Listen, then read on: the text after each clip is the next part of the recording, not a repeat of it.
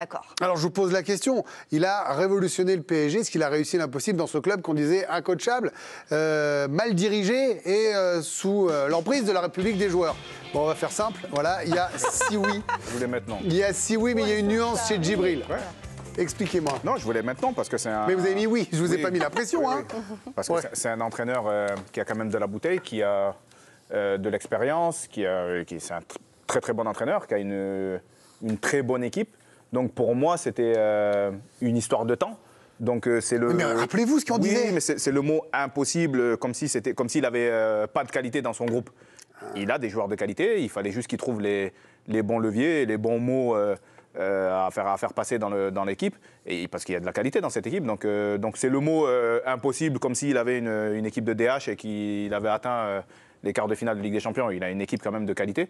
C'était juste voilà, mettre les têtes droites et à faire réaliser aux joueurs qu'il y avait de la qualité dans cette équipe. Et c'est vrai, vous, Bruno, qui suivez au quotidien le Paris Saint-Germain, on se demandait l'an dernier combien de fois on a utilisé le mot incoachable. Enfin, je dis l'an dernier, ça pouvait être les années d'avant.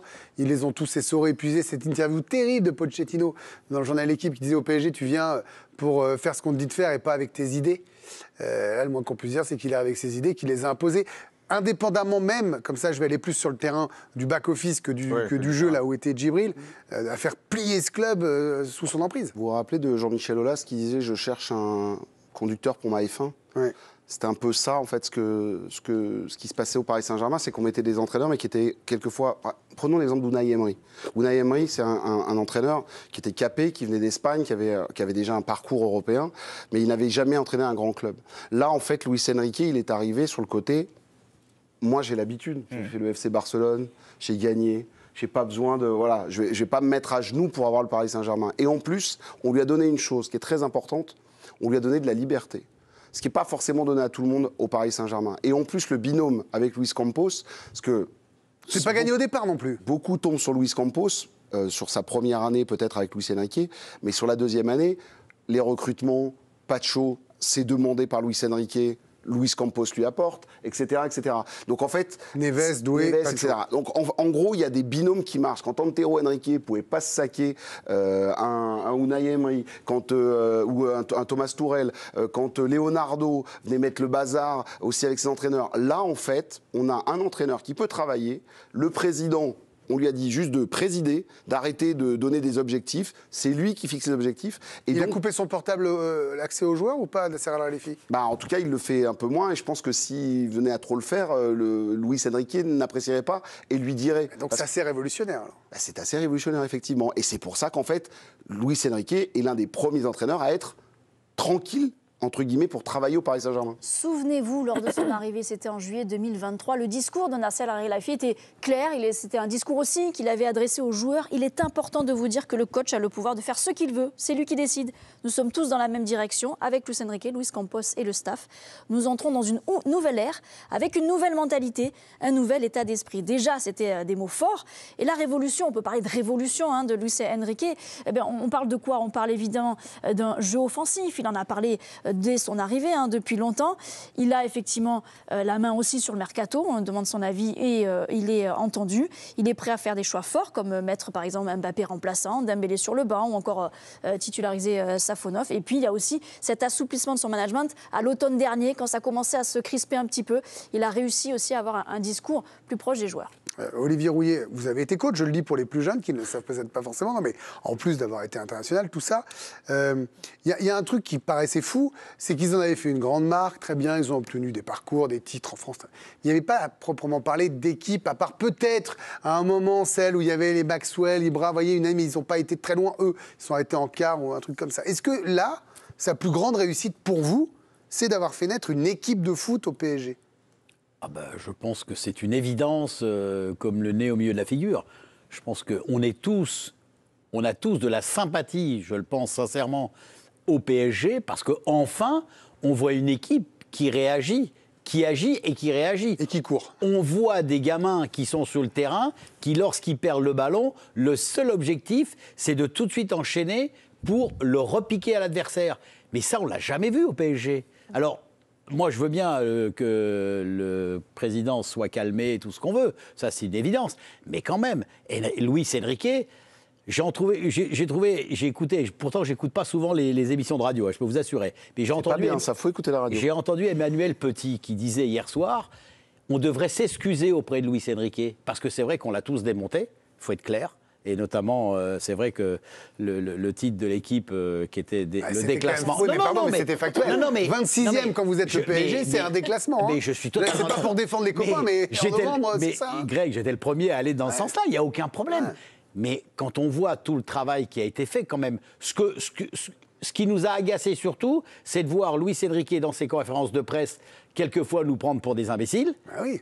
Il faut être clair. Mais avec lui derrière, l'idée qu'il avait derrière la tête, le travail qu'il a réussi à faire, et surtout, moi, c'est là où je suis admiratif de son travail, c'est comment il est rentré dans l'esprit des joueurs pour leur faire comprendre que c'était la seule manière pour y arriver. Et là, ils sont en train de nous faire une démonstration. Alors, je ne sais pas si ça va aller au bout, hein, mais en tout cas, dans l'instant T, ce qu'on voit... Ça, c'est encore autre chose, effectivement. La Guinée, c'est encore autre chose. Dans l'instant T, ce qu'on voit, c'est quand même une équipe, une véritable équipe. Les Anglais le disent, ils sont tous étonnés, mais c'est une véritable équipe, et une équipe qui est magnifique à regarder.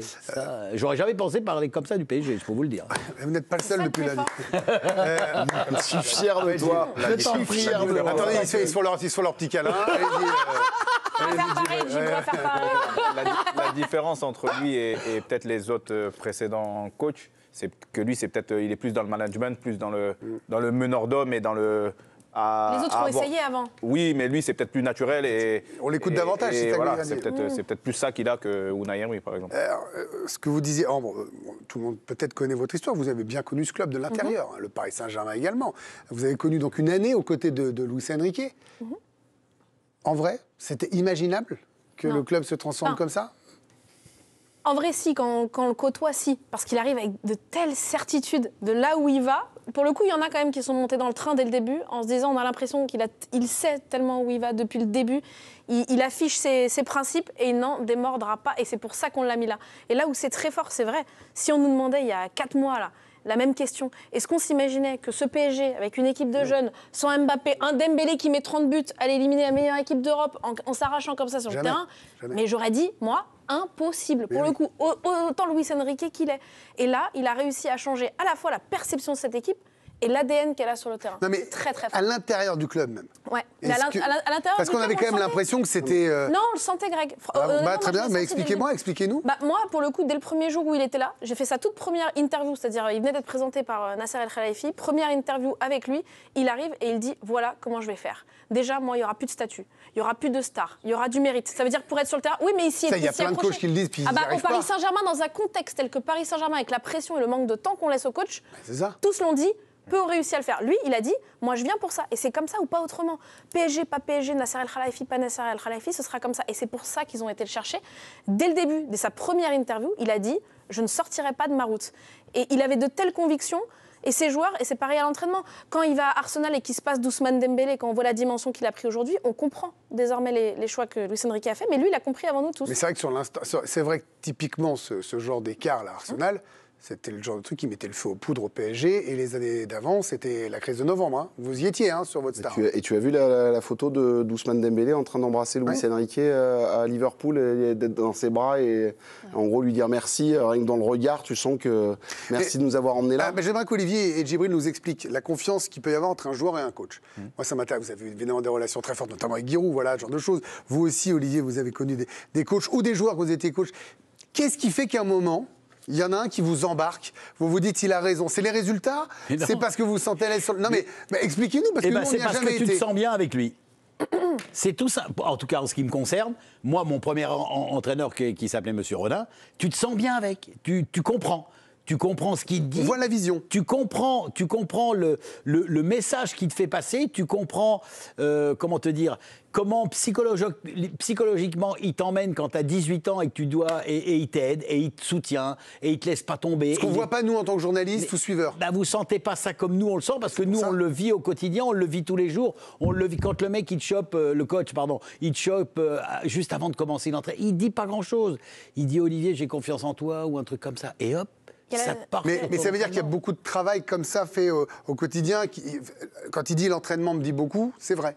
Oui, parce que le grand public voit voient le match du samedi, 90 minutes, et ils ne savent pas ce qui se passe la semaine.